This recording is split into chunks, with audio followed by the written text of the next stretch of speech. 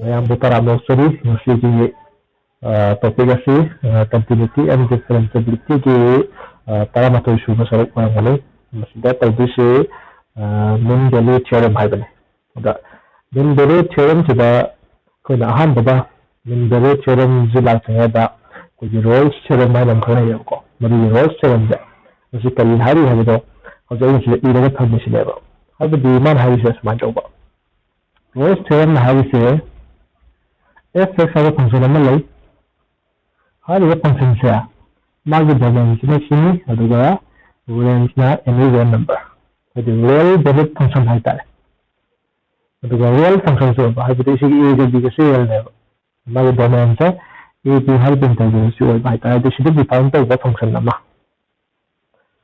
if हर ये f(x) है continuous और है सीधे डोमेन में बाहर तारे continuous or by the Hajiba, if and every point, see domain, any point and a selection to any every point selection to could be a continuous or paragraph function the Kayaba, continuous function to have it on that domain. Hatana. Yarikocha. Other the B. How the condition the Kayaba, how is the FX? You have the interval with the continuous or the day. Anisha Budana, however, a B open interval है close मतलब close हारेगा A सुयावनी B सुयावनी open हारेगा A का B का D याव दे तो कोई अन्य जो मैच का लेगा point खुद ही मत हारे A का B का D extreme point याव भी आता है यानी को मस्जिद A का B का D याव दे बिना मैच का लेगा every point खुद ही मत करना कहीं होगा तो बा differentiable होगा तो differentiable और बाहर दी का नाम का कोई कि 5.2 होता है को 5.2 हम पूरी देखो खरा हाई कर बनी तो मैं हाई जिबा मकन नाम हाई कोई कि लिमिट एग्जिस्ट तो वैसे हाई देखिए कोई कि मागी फंक्शन की एवरी पॉइंट दा कने कोई यूनिक होता टेंजेंट में ये कोई आता हाई देखिए कॉर्नर पॉइंट और दबा काइना सो डिफिनेशन मकन अने हम तो नहीं बनी एनी एन हेक्टोरम ये से मागी geometrical meaning लाके को दिए से को differentiable हो रहा अदुगा f of a से कना मान रहा f of b से मान रहा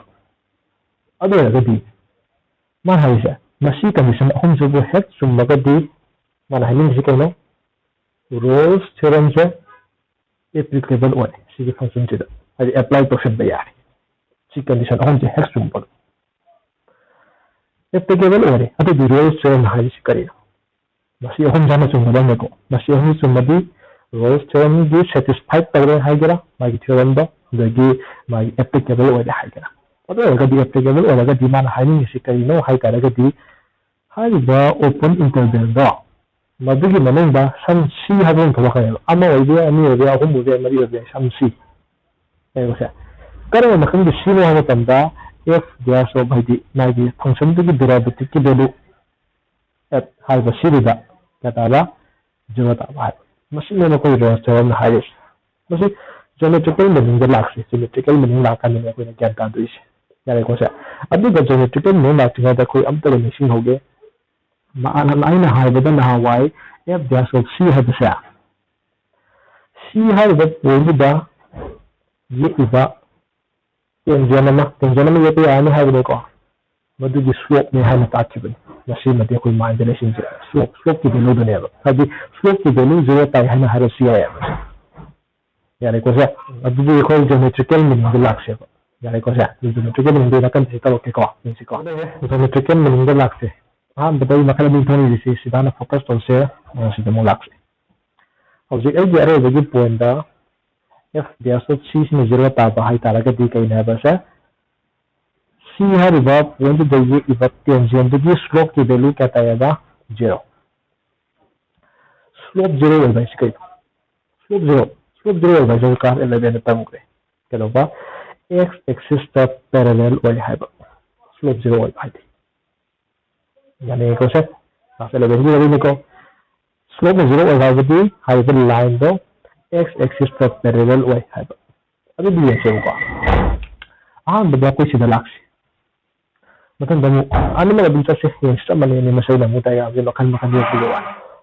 ꯑꯗꯨꯗꯤ ꯗꯥꯏꯒ꯭ꯔꯥꯝ ꯑꯅꯤꯃꯛꯁꯤꯗ ꯀꯝꯄꯦꯌꯔ ꯇꯧꯁꯦ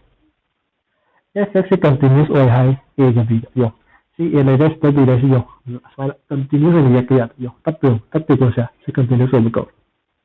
ꯁꯤꯗꯁꯨ ꯃꯉꯥꯏ a ꯗꯒꯤ ꯁꯨꯃꯥꯏꯅ ꯌꯧꯔꯒ ꯁꯨꯝ ꯌꯦꯛꯄ b ꯐꯥꯎꯕ ꯍꯥꯏꯕꯗꯤ ꯀꯣꯂꯣꯝ ꯑꯩꯈꯣꯏꯅ ꯄꯥꯏꯔꯤꯕ ꯃꯥꯔꯀꯔꯁꯦ ꯋꯤꯗꯥꯎꯠ ꯂꯤꯐꯇꯤꯡ ꯊꯥꯡꯒꯠꯇꯅꯀꯣ ꯑꯗꯨꯝ ꯌꯦꯛꯄ ꯑꯗꯨꯝ ꯌꯥꯏꯑꯕ ꯃꯁꯤꯅꯤ ꯑꯩꯈꯣꯏꯅ continuous ꯑꯣꯏꯕ ꯍꯥꯏꯔꯤꯁꯦ ꯗꯥꯏꯒ꯭ꯔꯥꯝ ꯂꯤꯇꯔꯦꯜꯂꯤ ꯌꯦꯡꯕꯒꯤꯅꯤ ꯑꯩꯈꯣꯏꯅ ꯍꯥꯏꯔꯤꯁꯤꯗꯤ ꯃꯥꯒꯤ ꯃꯅꯨꯡꯗ ꯖꯤꯑꯣꯃꯦꯇ꯭ꯔꯤꯀꯦꯜ ꯌꯧꯕ ꯃꯤꯅꯤꯡꯗꯣ ꯍꯥꯏꯕꯒꯤ ꯋꯥꯅꯦꯕ ꯑꯩꯈꯣꯏꯒꯤ ꯃꯦꯊꯃꯦꯇꯤꯀꯦꯜ ꯃꯤꯅꯤꯡ ꯅꯠꯇꯦꯕ ꯑꯩꯅ ꯍꯥꯏꯗꯨꯗꯤ ꯁꯨꯝ ꯌꯦꯛꯄ ꯌꯥꯕ ꯌꯦꯛꯀꯣ ꯀꯟꯇꯤꯅ꯭ꯌꯨ ꯌꯦꯛꯀꯣ ꯁꯦ ꯑꯗꯨꯒ ꯑꯍꯥꯟꯕ ꯅꯝꯕꯔ 1 ꯄꯣꯏꯟꯠꯁꯤꯃ ꯁꯤꯒꯤ ꯌꯦꯛꯏꯕ ꯒ꯭ꯔꯥꯐ ꯑꯅꯤꯃꯛꯁꯤꯗ ꯂꯣꯏꯅ ꯁꯦꯇꯤꯁꯐꯥꯏ ꯇꯧꯕ ꯉꯝꯃꯦ ꯑꯅꯤꯁꯨꯕꯗ ꯑꯃꯨꯛ on a b ꯗ ꯗꯤꯐꯔꯦꯟꯁꯤꯌꯦꯕꯜ ꯑꯣꯏꯕ ꯍꯥꯏꯗꯤ ꯌꯦꯡꯉꯨꯅꯤ ꯅꯪꯅ ꯗꯤꯐꯔꯦꯟꯁꯤꯌꯦꯕꯜꯒꯤ ꯃꯤꯅꯤꯡꯗꯤ ꯀꯔꯤ ꯍꯥꯏꯕ ꯃꯌꯥꯝ ꯂꯩ ꯃꯌꯥꯝꯗꯨꯗ ꯑꯃꯈꯛ ꯈꯪꯉꯁꯦꯕꯀꯣ ꯍꯥꯏꯔꯤꯕ ꯑꯦꯚ꯭ꯔꯤ ꯄꯣꯏꯟꯠꯇ ꯌꯨꯅꯤꯛ ꯑꯣꯏꯕ ꯇꯦꯟꯖꯦꯟ ꯑꯃ ꯌꯦꯛꯄ ꯌꯥꯕ ꯍꯥꯏꯕꯅꯦꯕ ꯑꯗꯨꯗꯤ ꯌꯦꯡꯉꯨꯅꯤ ꯁꯤꯗ ꯇꯦꯟꯖꯦꯟ ꯑꯃ ꯁꯤꯗ ꯇꯦꯟꯖꯦꯟ ꯑꯃ ꯂꯣꯏꯅ ꯌꯦꯛꯄ ꯌꯥꯅꯦꯕ ꯁꯤꯒꯤ ꯖꯒꯥꯁꯤꯡꯁꯦ ꯑꯗꯨꯅ ꯗꯤꯐꯔꯦꯟꯁꯤꯌꯦꯕꯜ ꯑꯣꯏꯌꯦꯕ ꯇꯧꯕꯇꯕꯨ ꯃꯥꯅ a ꯒ b ꯒ ꯌꯥꯎꯔꯝꯗ꯭ꯔꯤꯁꯤ ꯀꯔꯤꯒꯤꯅꯣ ꯌꯦꯡꯉꯨ ꯁꯤꯒꯤ a ꯖꯒꯥꯁꯦ ꯁꯤꯒꯤ b ꯖꯒꯥꯁꯤꯗꯗꯤ ꯂꯥꯏꯟꯁꯦ ꯃꯌꯥꯝ ꯁꯨꯃꯥꯏꯅ ꯌꯦꯛꯄ ꯌꯥꯏꯑꯕ ꯃꯣꯏ ꯇꯁ ꯇꯧꯔꯒ ꯑꯗꯨꯗꯤ ꯌꯨꯅꯤꯛ ꯑꯣꯏꯔꯤꯕ꯭ꯔꯁꯦ ꯑꯗꯨꯗꯤ ꯌꯨꯅꯤꯛ ꯑꯣꯏꯕ ꯇꯦꯟꯖꯦꯟ ꯑꯃ ꯌꯦꯛꯄ ꯌꯥꯗꯕꯅꯤꯅ ꯃꯥꯒꯤ a ꯒ b ꯒ ꯍꯥꯏꯔꯤꯕ ꯁꯤꯗꯁꯨ ꯃꯉꯥꯏ ꯀꯣꯔꯅꯔ ꯄꯣꯏꯟꯠ ꯍꯥꯏꯗꯤ ꯀꯣꯔꯅꯔ ꯄꯣꯏꯟꯠ ꯑꯣꯏꯌꯦꯕ ꯍꯧꯖꯤꯛꯀꯤ ꯑꯦꯒ ꯂꯩꯔꯤꯕ ꯁꯤꯒꯤ ꯃꯄꯥꯁꯤ ꯀꯣꯔꯅꯔ ꯄꯣꯏꯟꯠꯅꯤ ꯁꯤꯁꯨ ꯀꯣꯔꯅꯔ ꯄꯣꯏꯟꯠꯅꯤ ꯀꯣꯔꯅꯔ ꯄꯣꯏꯟꯠ ꯑꯣꯏꯔꯛꯑꯕꯅꯤꯅ ꯗꯤꯐꯔꯦꯟꯁꯤꯌꯦꯕꯜ ꯑꯣꯏꯗꯦꯕ ꯅꯠꯇ꯭ꯔꯒ ꯌꯨꯅꯤꯛ ꯑꯣꯏꯕ ꯇꯦꯟꯖꯦꯟ ꯌꯦꯛꯄ ꯌꯥꯗꯦ ꯍꯥꯏꯒꯦꯔꯥ ꯑꯗꯨꯗꯤ ꯑꯅꯤꯁꯨꯕ ꯀꯟꯗꯤꯁꯟꯁꯤꯁꯨ ꯗꯥꯏꯒ꯭ꯔꯥꯝ ꯑꯅꯤꯃꯛꯇ ꯂꯣꯏꯅ ꯁꯦꯇꯤꯁꯐꯥꯏ ꯇꯧꯔꯦ ꯑꯍꯨꯝꯁꯨꯕ ꯀꯟꯗꯤꯁꯟ f of a ꯒ f of b ꯒ ꯃꯥꯟꯅꯧ ꯍꯥꯏꯕ ꯌꯦꯡꯉꯨꯅꯤ f of a ꯁꯤ ꯂꯩꯔꯦ f of b ꯁꯤ ꯂꯩꯔꯦ ꯃꯈꯣꯏꯅꯤꯁꯦ ꯁꯨꯝ ꯁꯝꯖꯤꯟꯅꯀꯥꯟꯗ ꯁꯤꯗ ꯇꯥꯕ꯭ꯔꯥ ꯑꯗꯨꯗꯤ ꯚꯦꯂꯨ ꯆꯞ ꯃꯥꯟꯅꯩ ꯍꯥꯏ ꯅꯠꯇ꯭ꯔꯁꯦ ꯆꯞ ꯃꯥꯟꯅꯩ ꯁꯤꯗꯁꯨ f of b ꯂꯩꯔꯦ ꯁꯤꯗꯁꯨ f of a ꯂꯩꯔꯦ ꯃꯈꯣꯏꯅꯤꯁꯦ ꯌꯦꯡꯕ ꯃꯇꯝꯗ ꯁꯤꯗ ꯇꯥꯗ꯭ꯔꯥ ꯆꯞ ꯃꯥꯟꯅꯔꯦꯀꯣ ꯁꯦ ꯑꯗꯨꯗꯤ f of a ꯒ f of b ꯒꯁꯨ ꯀꯩꯗꯧꯕ ꯃꯥꯟꯅꯔꯦ ꯍꯥꯏꯕꯗꯤ ꯔꯣꯜꯁ ꯊꯤꯑꯣꯔꯝ ꯑꯃ ꯑꯩꯈꯣꯏ ꯑꯦꯄ꯭ꯂꯥꯏ ꯇꯧꯅꯕ ꯍꯣꯠꯅꯕꯗ ꯆꯪꯉꯤꯕ ꯀꯟꯗꯤꯁꯟ ꯑꯍꯨꯝꯃꯛꯁꯦ ꯑꯩꯅ ꯄꯤꯔꯤꯕ ꯗꯥꯏꯒ꯭ꯔꯥꯝ ꯑꯅꯤꯃꯛꯁꯦ ꯂꯣꯏꯅ ꯁꯦꯇꯤꯁꯐꯥꯏ ꯇꯧꯕ ꯉꯝꯃꯦꯕ ꯑꯗꯨꯗꯤ ꯔꯣꯜꯁ ꯊꯤꯑꯣꯔꯝꯅ ꯀꯔꯤ ꯍꯥꯏꯔꯤ ꯑꯔꯣꯏꯕꯒꯤꯁꯤꯅꯦꯀꯣ ꯁꯤ ꯍꯥꯏꯕ ꯑꯃ ꯂꯥꯛꯀꯅꯤ ꯍꯥꯏꯕꯅꯤ a ꯒ b ꯒ ꯃꯔꯛꯇ ꯌꯦꯡꯉꯣ ꯁꯤꯗ ꯁꯤꯒ a ꯁꯤꯒ ꯁꯤꯒ b ꯁꯤ ꯃꯔꯛꯇ ꯁꯤꯗ c ꯍꯥꯏꯕ ꯑꯃ ꯂꯥꯛꯑꯦ ꯁꯝ c ꯍꯥꯏꯕꯅꯤꯀꯣ ꯁꯝ c ꯑꯃ ꯑꯣꯏꯕ ꯌꯥꯏ ꯑꯅꯤ ꯑꯣꯏꯕ ꯌꯥꯏ ꯑꯍꯨꯝ ꯑꯣꯏꯕ ꯌꯥꯏ ꯈꯪꯗꯦꯀꯣ ꯁꯤꯗꯅ ꯑꯃꯨꯛ c1 ꯍꯥꯏꯕ ꯑꯃꯒ c2 ꯍꯥꯏꯕ ꯑꯃꯒ c3 ꯍꯥꯏꯕ ꯑꯃ ꯂꯥꯛꯑꯦ ꯁꯤꯗ ꯑꯃꯈꯛꯇꯪ ꯂꯥꯛꯑꯒ ꯁꯤꯗꯅ ꯃꯌꯥꯝ ꯂꯥꯛꯏꯁꯤ ꯀꯩꯒꯤꯅꯣ ꯌꯦꯡꯁꯤꯀꯣ ꯃꯥꯅ ꯍꯥꯏꯁꯤ ꯁꯤꯁꯦ ꯍꯦꯛꯇ ꯂꯥꯛꯄ ꯅꯠꯇꯦꯕ ꯀꯔꯝꯕ ꯃꯈꯜꯒꯤ ꯁꯤꯅꯣ ꯍꯥꯏꯔꯤꯕ ꯁꯤꯗꯨꯗ ꯌꯦꯛꯏꯕ ꯇꯦꯟꯖꯦꯟꯗꯨꯒꯤ ꯁ꯭ꯂꯣꯞꯇꯨ ꯀꯌꯥ ꯇꯥꯒꯗꯕꯅꯦꯕ 0 ꯁ꯭ꯂꯣꯞ 0 ꯇꯥꯕ ꯍꯥꯏꯁꯦ ꯀꯔꯤ ꯍꯥꯏꯕ x ꯑꯦꯛꯁꯤꯁꯇ ꯄꯦꯔꯦꯂꯦꯜ ꯑꯣꯏꯕ ꯇꯦꯟꯖꯦꯟ ꯂꯩꯒꯗꯕꯅꯤ ꯍꯥꯏꯕꯅꯦꯕ ꯑꯗꯨꯗꯤ ꯌꯦꯡꯉꯨꯅꯤ ꯁꯤꯒꯤ c ꯍꯥꯏꯔꯤꯕ ꯄꯣꯏꯟꯠꯁꯤꯒꯤ ꯃꯄꯥꯟꯁꯤꯗ ꯁꯤꯗ ꯇꯦꯟꯖꯦꯟ ꯑꯃ ꯌꯦꯛꯑꯦꯕꯀꯣ ꯃꯁꯤꯒꯤ ꯇꯦꯟꯖꯦꯟꯁꯤ ꯃꯨꯟꯅ ꯌꯦꯡꯉꯨ ꯁꯤꯒꯤ x ꯑꯦꯛꯁꯤꯁꯁꯤꯒ ꯄꯦꯔꯦꯂꯦꯜ ꯑꯣꯏꯕ꯭ꯔꯥ ꯑꯣꯏꯗꯕ꯭ꯔꯥ ꯑꯣꯏꯔꯦꯀꯣ x ꯑꯦꯛꯁꯤꯁꯀ ꯄꯦꯔꯦꯂꯦꯜ ꯑꯣꯏꯔꯕꯅꯤꯅ ꯃꯁꯤꯒꯤ ꯇꯦꯟꯖꯦꯟ ꯍꯥꯏꯇꯥꯔꯦꯀꯣ ꯃꯁꯤꯒꯤ ꯇꯦꯟꯖꯦꯟꯁꯤꯒꯤ ꯁ꯭ꯂꯣꯞꯁꯤ ꯀꯌꯥ ꯇꯥꯏ ꯍꯥꯏꯔꯅꯤ 0 ꯍꯥꯏꯕꯗꯤ f ꯗꯦꯔꯤꯚꯦꯇꯤꯚꯀꯤ ꯚꯦꯂꯨ ꯀꯌꯥ ꯇꯥꯔꯦꯕ 0 ꯇꯥꯕ ꯍꯥꯏꯕꯗꯤ ꯁ꯭ꯂꯣꯞ ꯀꯌꯥ ꯑꯣꯏꯔꯦꯕ 0 ꯑꯣꯏꯔꯦ ꯍꯥꯏꯕ ꯌꯥꯔꯦꯀꯣ ꯁꯤꯗ ꯑꯍꯨꯝ ꯊꯣꯛꯏꯁꯤ ꯌꯥꯝ ꯃꯨꯟꯅ c1 ꯃꯄꯥꯁꯤꯗ ꯁꯤꯗ ꯌꯦꯛꯄ ꯇꯦꯟꯖꯦꯟ c2 ꯃꯄꯥꯁꯤꯗ ꯁꯤꯗ ꯌꯦꯛꯄ ꯇꯦꯟꯖꯦꯟ c3 ꯃꯄꯥꯁꯤꯗ ꯁꯤꯗ ꯌꯦꯛꯏꯕ ꯇꯦꯟꯖꯦꯟ ꯍꯥꯏꯔꯤꯕ ꯇꯦꯟꯖꯦꯟꯁꯤꯡꯁꯦ ꯂꯣꯏꯅ x ꯑꯦꯛꯁꯤꯁꯇ ꯄꯦꯔꯦꯂꯦꯜ ꯑꯣꯏꯕ꯭ꯔꯥ ꯑꯣꯏꯗꯕ꯭ꯔꯥ ꯑꯣꯏꯀꯣ x ꯑꯦꯛꯁꯤꯁꯇ ꯄꯦꯔꯦꯂꯦꯜ ꯑꯣꯏꯕ ꯍꯥꯏꯕꯗꯤ ꯁ꯭ꯂꯣꯞ ꯀꯌꯥ ꯇꯥꯔꯦꯕ 0 ꯁ꯭ꯂꯣꯞ 0 ꯑꯣꯏꯕ ꯍꯥꯏꯕꯗꯤ ꯗꯦꯔꯤꯚꯦꯇꯤꯚꯀꯤ ꯚꯦꯂꯨ ꯀꯌꯥ ꯇꯥꯔꯦ ꯍꯥꯏꯕ 0 ꯃꯣꯏꯗ ꯂꯣꯏꯅ ꯂꯩꯔꯤꯅꯦꯕ ꯗꯦꯔꯤꯚꯦꯇꯤꯚꯀꯤ ꯚꯦꯂꯨ 0 ꯇꯥꯔꯦ ꯍꯥꯏꯕꯒ ꯁ꯭ꯂꯣꯞ 0 ꯑꯣꯏꯔꯦ ꯍꯥꯏꯕꯒ x ꯑꯦꯛꯁꯤꯁꯇ ꯄꯦꯔꯦꯂꯦꯜ ꯑꯣꯏꯕ ꯂꯥꯏꯟ ꯑꯃ ꯐꯪꯉꯦ ꯍꯥꯏꯕꯒ ꯃꯈꯣꯏꯁꯦ ꯃꯤꯅꯤꯡ ꯆꯞ ꯃꯥꯟꯅꯩꯑꯕ ꯂꯣꯏꯅ ꯃꯔꯝꯗꯤ ꯗꯦꯔꯤꯚꯦꯇꯤꯚ ꯍꯥꯏꯕꯁꯤ ꯀꯔꯤꯅꯤ ꯍꯥꯏꯕꯁꯤꯗ ꯑꯩꯈꯣꯏ ꯃꯃꯥꯡꯗ 5.2ꯗ ꯇꯝꯕꯗ ꯌꯦꯛꯀꯗꯧꯔꯤꯕ ꯇꯦꯟꯖꯦꯟꯗꯨꯒꯤ ꯀꯔꯤꯅꯦ ꯍꯥꯏꯕ ꯁ꯭ꯂꯣꯞꯅꯦ ꯍꯥꯏꯅ ꯇꯝꯃꯦꯕ ꯁ꯭ꯂꯣꯞ 0 ꯇꯥꯅꯤ ꯍꯥꯏꯇꯥꯔꯒꯗꯤ x ꯑꯦꯛꯁꯤꯁꯇ ꯄꯦꯔꯦꯂꯦꯜ ꯑꯣꯏꯅꯤ x ꯑꯦꯛꯁꯤꯁꯇ ꯄꯦꯔꯦꯂꯦꯜ ꯑꯣꯏꯕ ꯂꯥꯏꯟ ꯑꯍꯨꯝ ꯐꯪꯕ ꯉꯝꯃꯦꯕ ꯀꯗꯥꯏꯗ c1 c2 c3ꯗ ꯇꯦꯟꯖꯦꯟ ꯑꯍꯨꯝ ꯐꯪꯉꯦꯕ ꯁꯤꯗꯅ ꯑꯃꯈꯛꯇꯪ ꯐꯪꯉꯦ ꯑꯇꯩ ꯖꯒꯥꯗꯗꯤ ꯂꯣꯏꯅ ꯁꯤꯗ ꯌꯦꯡ ꯈꯜꯂꯣ ꯁꯨꯃꯥꯏꯅ ꯆꯠꯈ꯭ꯔꯅꯤ ꯑꯗꯨꯗꯤ ꯂꯣꯏꯕ ꯉꯝꯗꯦꯕ ꯌꯥꯔꯦꯀꯣ ꯁꯤꯃ ꯃꯁꯤꯅꯤ ꯑꯩꯈꯣꯏꯅ ꯀꯔꯤꯅꯤ ꯍꯥꯏꯔꯤꯕ ꯔꯣꯜꯁ ꯊꯤꯑꯣꯔꯝ ꯍꯥꯏꯔꯤꯁꯦ ꯌꯥꯔꯦꯀꯣ ꯁꯦ ꯍꯣꯔꯦꯟ ꯑꯁꯤꯒꯤ ꯑꯦꯛꯁꯔꯁꯥꯏꯖꯇ ꯀꯥꯜꯀꯨꯂꯦꯁꯟꯗꯨꯗꯤ ꯍꯣꯔꯦꯟ ꯂꯥꯛꯁꯤ ꯌꯥꯔꯦꯀꯣ ꯍꯧꯖꯤꯛꯀꯤꯗꯤ ꯀꯩꯗꯧꯕ ꯁꯨꯃꯥꯏꯅ ꯁꯤꯒꯤ ꯃꯑꯣꯡ ꯍꯥꯏꯐꯦꯠ ꯃꯥꯟꯅꯕ ꯑꯩꯈꯣꯏꯒꯤ ꯃꯤꯟ ꯚꯦꯂꯨ ꯊꯤꯑꯣꯔꯝ ꯍꯥꯏꯕꯗꯨ ꯂꯥꯛꯁꯦꯕ ꯌꯥꯔꯦꯀꯣ ꯁꯦ ꯑꯗꯨꯗꯤ ꯍꯥꯏꯐꯦꯠ ꯑꯩ ꯃꯨꯊꯠꯂꯒꯦ ꯑꯗꯨꯒ ꯃꯤꯟ ꯚꯦꯂꯨ ꯊꯤꯑꯣꯔꯝ ꯑꯃꯨꯛ ꯇꯥꯛꯂꯛꯑꯒꯦ ꯌꯥꯔꯦꯀꯣ ꯑꯗꯨꯗꯤ ꯍꯧꯖꯤꯛ ꯌꯦꯡꯁꯦ ꯃꯤꯟ ꯚꯦꯂꯨ ꯊꯤꯑꯣꯔꯝꯁꯦ ꯍꯧꯖꯤꯛꯀꯤ ꯔꯣꯜꯁ ꯊꯤꯑꯣꯔꯝꯗꯨꯒ ꯀꯩꯁꯨ ꯈꯦꯠꯅꯕ ꯌꯥꯝ ꯀꯟꯅ ꯌꯥꯎꯕ ꯅꯠꯇꯦ ꯑꯍꯥꯟꯕꯒꯤ ꯀꯟꯗꯤꯁꯟ ꯑꯅꯤꯁꯨꯕ ꯀꯟꯗꯤꯁꯟ ꯂꯣꯏꯅ ꯃꯥꯟꯅꯔꯤ ꯍꯥꯏꯗꯤ ꯀꯟꯇꯤꯅ꯭ꯌꯨꯁ ꯑꯣꯏꯕ ꯗꯤꯐꯔꯦꯟꯁꯤꯌꯦꯕꯜ ꯑꯣꯏꯕ ꯆꯞ ꯃꯥꯟꯅꯩ ꯁꯤꯒꯤ ꯑꯍꯨꯝꯁꯨꯕ ꯀꯟꯗꯤꯁꯟꯗꯅ ꯀꯔꯤ ꯍꯥꯏꯔꯤꯕ f of a siga f of b siga ngasagidana manai haiba hojina kadauba manadi haiba sigi matamsida man haise samani c haiba matolakani sam a ga b ga marakta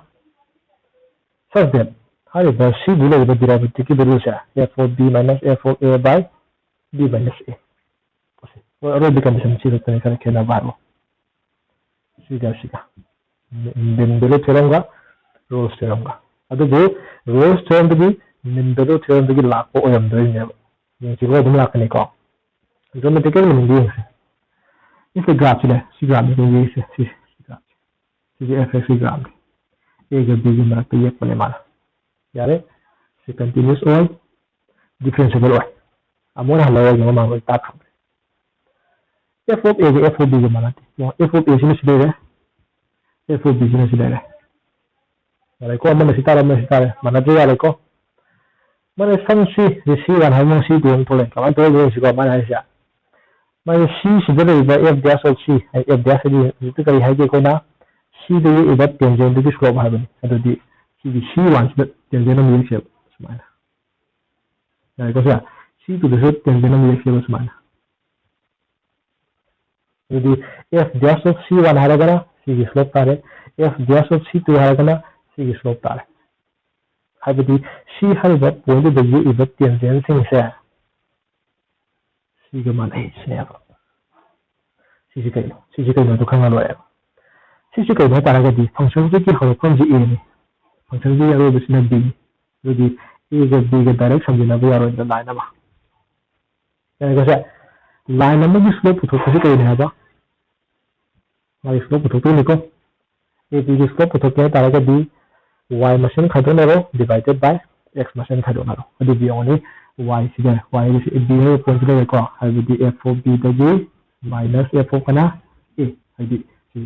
si point siga si y any khadonaro y2 minus y1 divided by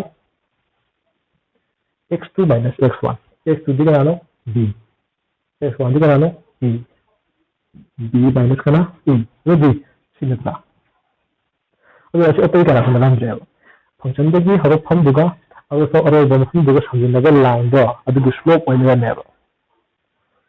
like तो point दी class 11 जी concept में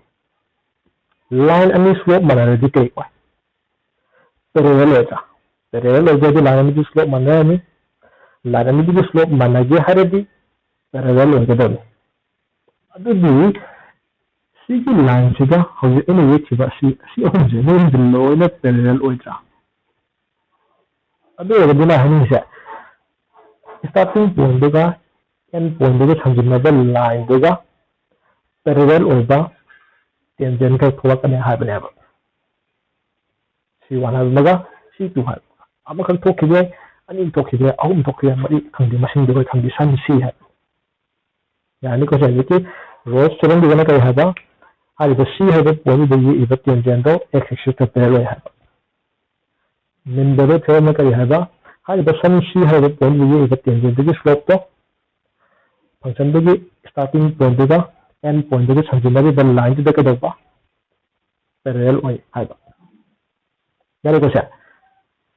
mun yong ko na sai rows theorem hai da si manai hai not equal to nothing manai hai manai da si khai yung f of b ga f of a ga mana le f of b ga f of a ga mana di mana da ni khajna ri kya tara 0 adu di 0 by something kya tara 0 sai row seven ga lakta adu di row seven se applica na ron oram de Mendelo theorem ki special case oyna me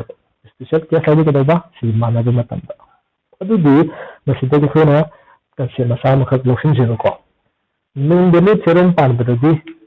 mana ga mana ro adum pan ya le f of a ga f of b ga mana gira f of a ga f of b ga mana ro gira condition mi hibu chum ke dum pan ya le rows से भी compulsory माना गया है rows से pan के हालत ना अदो vocabulary लेने भी के देबा माना द विस्मा Mendelo theorem ni माना विस्मा के देबा rows से में माना तो कि तो अन्य theorem में नहीं ना rows से माना चट के वाने तो वो तो rows से में करा दी लापन है बा Mendelo theorem ni lakone si mana ba kanda kesu kai di man ta ren ha ga sinai ta yung si mana dra n point starting point n point ꯁꯤꯒ ꯁꯝꯖꯤꯟꯅꯕ ꯂꯥꯏꯟꯁꯦ ꯁꯤꯒ ꯄꯦꯔꯦꯜ ꯑꯣꯏ ꯍꯥꯏꯔꯁꯨ ꯑꯗꯨꯝ ꯆꯞ ꯃꯥꯟꯅꯗ꯭ꯔꯣ ꯁꯤꯒ ꯔꯣꯁꯀꯤ ꯃꯇꯥꯡꯗ ꯍꯥꯏꯈꯤꯕꯗꯣ ꯄꯦꯔꯦꯜ ꯑꯣꯏꯅ ꯍꯥꯏꯕꯗꯣ ꯑꯦꯛꯁꯔꯁꯥꯏꯁꯇ ꯑꯗꯨꯒꯤ ꯃꯍꯨꯠꯇ ꯁꯤꯒꯤ n ꯄꯣꯏꯟꯠꯁꯤꯒ ꯁ꯭ꯇꯥꯔꯇꯤꯡ ꯄꯣꯏꯟꯠꯁꯤꯒ ꯁꯝꯖꯤꯟꯅꯕ ꯂꯥꯏꯟꯗꯨꯗ ꯄꯦꯔꯦꯜ ꯑꯣꯏ ꯍꯥꯏꯔꯁꯨ ꯆꯞ ꯃꯥꯟꯅꯗ꯭ꯔꯥ ꯑꯗꯨꯅ ꯈꯪꯖꯤꯟꯒꯗꯕꯁꯤ ꯀꯩꯗꯧꯕ ꯑꯗꯨꯗ ꯂꯥꯛꯀꯗꯕ ꯄꯣꯏꯟꯠꯁꯦ ꯃꯤꯟ ꯚꯦꯂ꯭ꯌꯨ ꯊꯤꯑꯣꯔꯝꯗꯨꯗꯤ ꯀꯩꯗꯧꯕ 1ꯒ 2ꯒ ꯁꯦꯇꯤꯁꯐꯥꯏ ꯇꯧꯔꯗꯤ ꯃꯤꯟ ꯚꯦꯂ꯭ꯌꯨ ꯊꯤꯑꯣꯔꯝ ꯑꯗꯨꯝ ꯄꯥꯟꯕ ꯌꯥꯔꯦ ꯑꯍꯨꯝꯁꯨꯕ ꯄꯣꯏꯟꯠꯁꯤꯗ ꯀꯔꯤꯒꯨꯝꯕ ꯃꯥꯟꯅꯕꯒꯤ ꯀꯦꯁ ꯑꯣꯏꯔꯝꯃꯗꯤ ꯃꯤꯟ ꯚꯦꯂ꯭ꯌꯨ ꯄꯥꯟꯕꯁꯨ ꯌꯥꯔꯦ ꯃꯥꯟꯅꯗꯕ ꯑꯣꯏꯔꯝꯃꯁꯨ ꯃꯤꯟ ꯚꯦꯂ꯭ꯌꯨ ꯄꯥꯟꯕ ꯌꯥꯔꯦ ꯔꯣꯁ ꯄꯥꯟꯒꯦ ꯍꯥꯏꯔꯒꯗꯤ compulsory ꯃꯥꯟꯅꯔꯝꯒꯗꯕꯅꯦꯕ sida rules pani mata itu min deni di mata ini mana gera dari pandi ada ini ya ko itu bu mai tengah ciri menilai di mana yarin ke ayam matan da mana ada buduna min deni serem panse mana bukan mana rules serem panse kayak itu bukan da mana gera min deni serem panse ya kan ya bu ya ko sa masih exercise ya ba do ini hari itu jikit point min deni serem sigi condition je managera min belo teram pan ba yani yare habasa exercise ki question number yawa ne yani ko se re ka ga di theory je part lo ya exercise ta question yam da bani sidi yam su lu da bani adum hola ga khangani adi kari kari yawi habasa yen se exercise ta yani ko so exercise ki question number 1 degina 6 phawni re disi adi 1 degi 6 phawsi ai rules ke ama min belo ke ama aduga question number 3 duga 3 dana sai na hai gido adu lakisi yen se ko ya adu question number yam samba da dum tawse question number 1 dum tawse verify taw ha ni kana verify taw dino the one di point ang kutang lakani point ani yom lak point tawse ko point ani yom lakisi piramdre adu di question number 1 ne question number 3 ne question number 5 ne adu tawse ko question number 1 da si function se roles serum verify taw ha verify taw dini ko adu ta di roles serum ha ke da ba si fx si polynomial function ni polynomial function je continuous oi di unang la dina te ko si polynomial da function ni adu continuous oi adu ga differentiable oi polynomial function ko dina continuous oi differentiable oi pas mana samjin dini ko adu ta di here now fx is continuous on minus 4,2 sida ya guys ya and also the differentiable whatever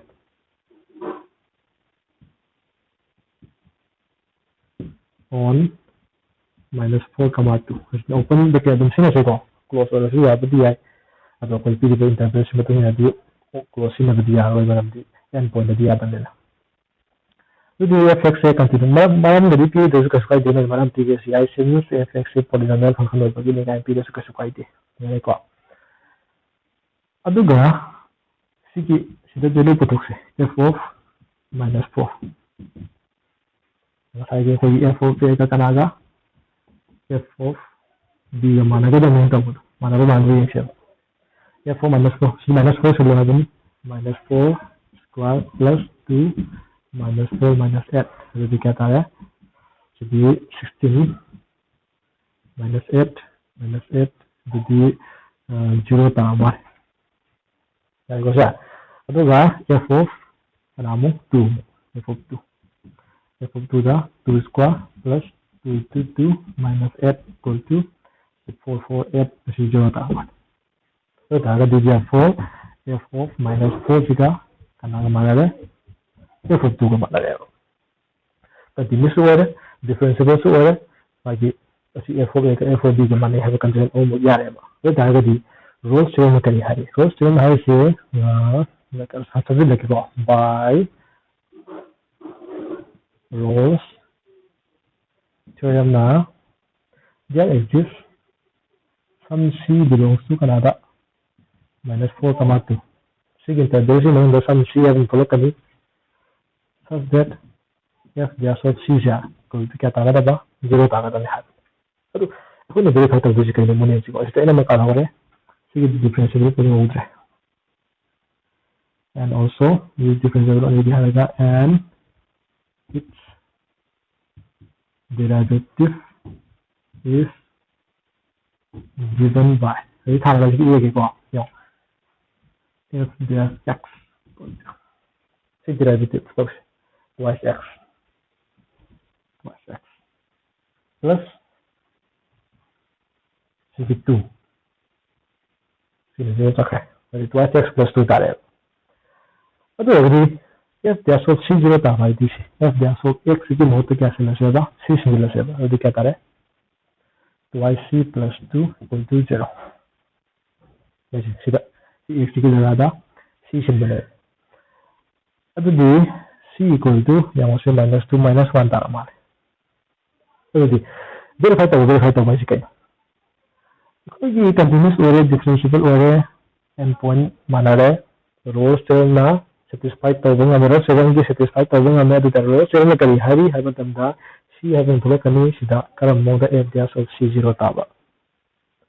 hari the c ne putu e no verify ta bisi kai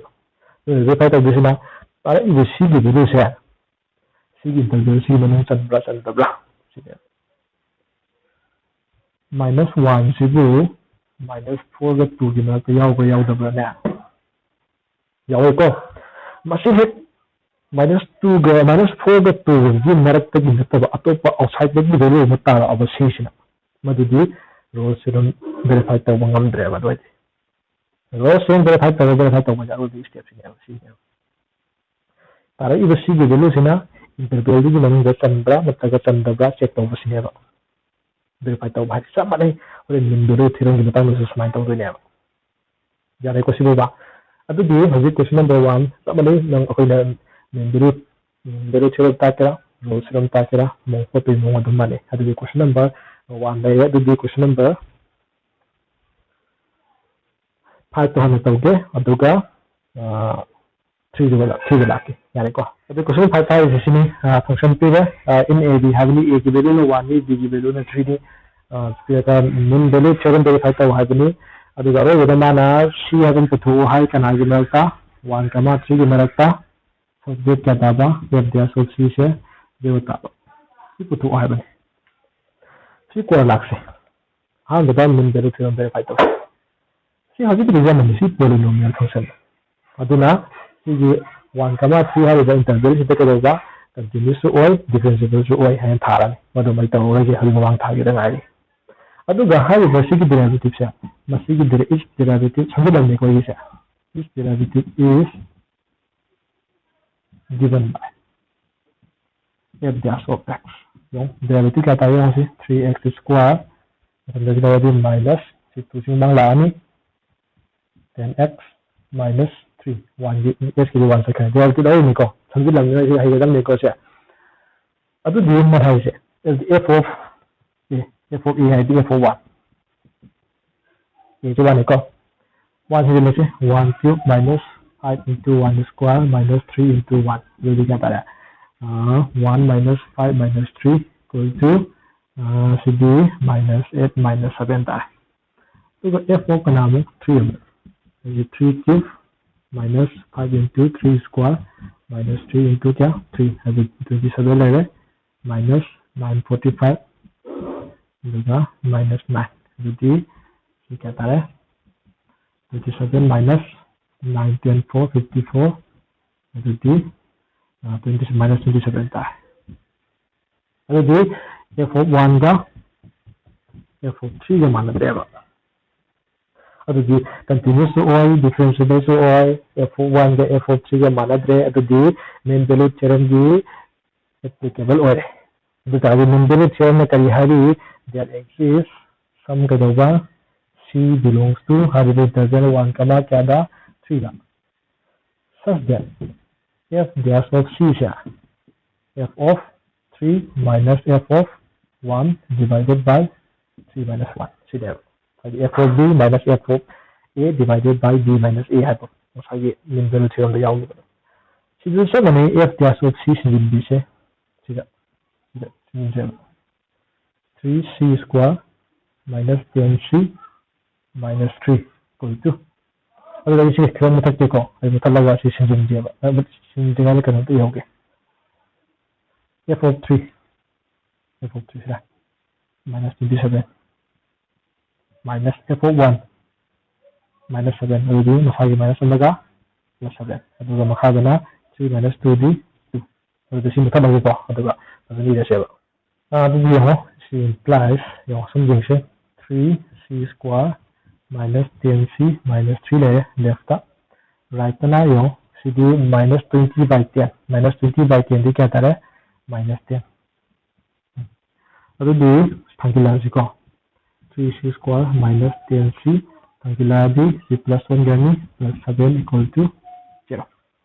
adu di koi middle term split tawo product si ko di 7021 into 21 taba minus 10 adu di 7 ga 3 ga minus 7 ga minus 3 ga ya ba adu di kaman to ba 3c square minus 3c minus 7c plus c si middle term to ka factorization tawo ni ko adu c na kamal 3c kamal le adu kya tara c minus 1 so minus 7 kamal le c minus 1 equal to 0 adu sinta is 3c minus 7 haga c minus 1 equal to kya tara 0 adu this is the c की value है 7 by 3 omega and should I go 1 है omega adu दियो अभी तो this है 1 c से 1 comma 3 की value याव तब से तो भी नहीं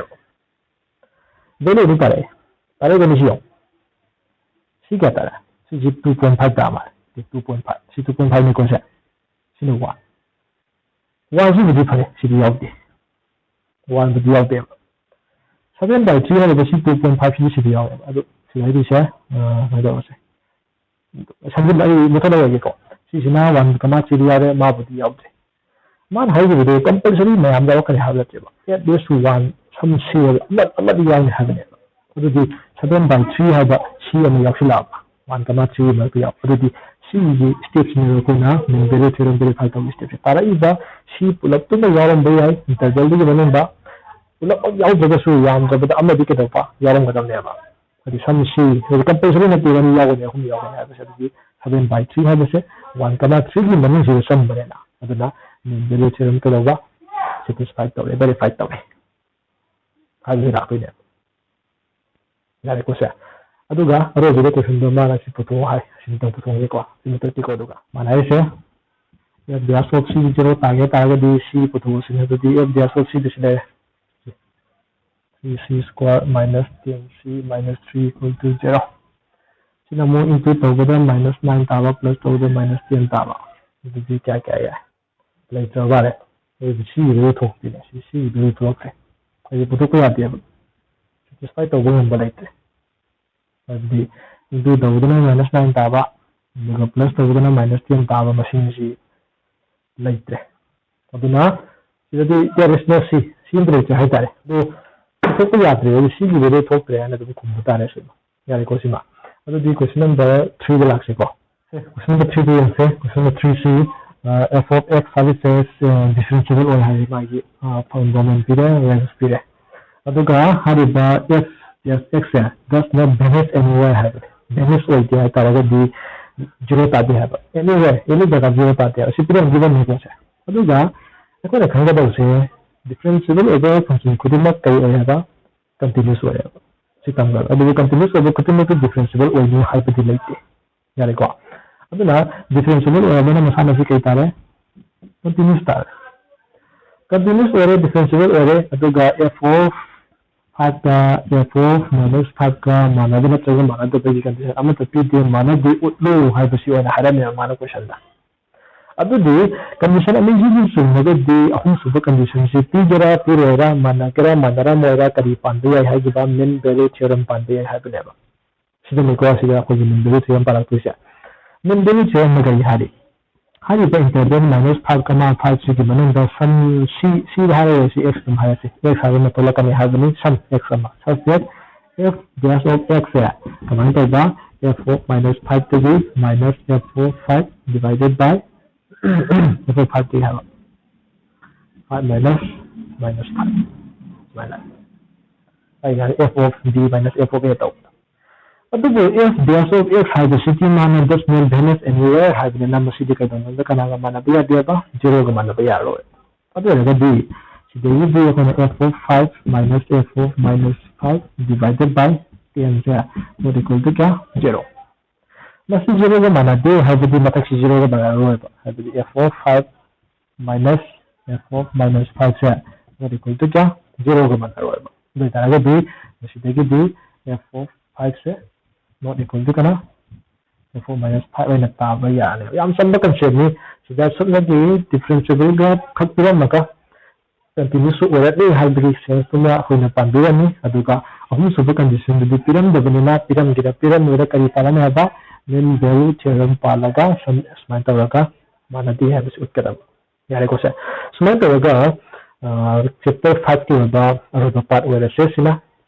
aduga mathang dana chapter 6 ki mulak sibako aduna ko na harang da babu exercise the problem le ba khotpa question no status wala thagalaga hange 5.1 na kya 5.2 na kari 5.3 na kari habe to an hangke madu da na ko na video send da ya da ba matang wala kana aina question du yamaga diko video aina semake adu ha video du link dana na hangi exercise du video man lo ya na dana madu ki video sin du ki description du lo ya piram ge bal bal yani ko sa no si ha ga messenger ge mathangi chapter 6 ki da mangare ge le biro thank you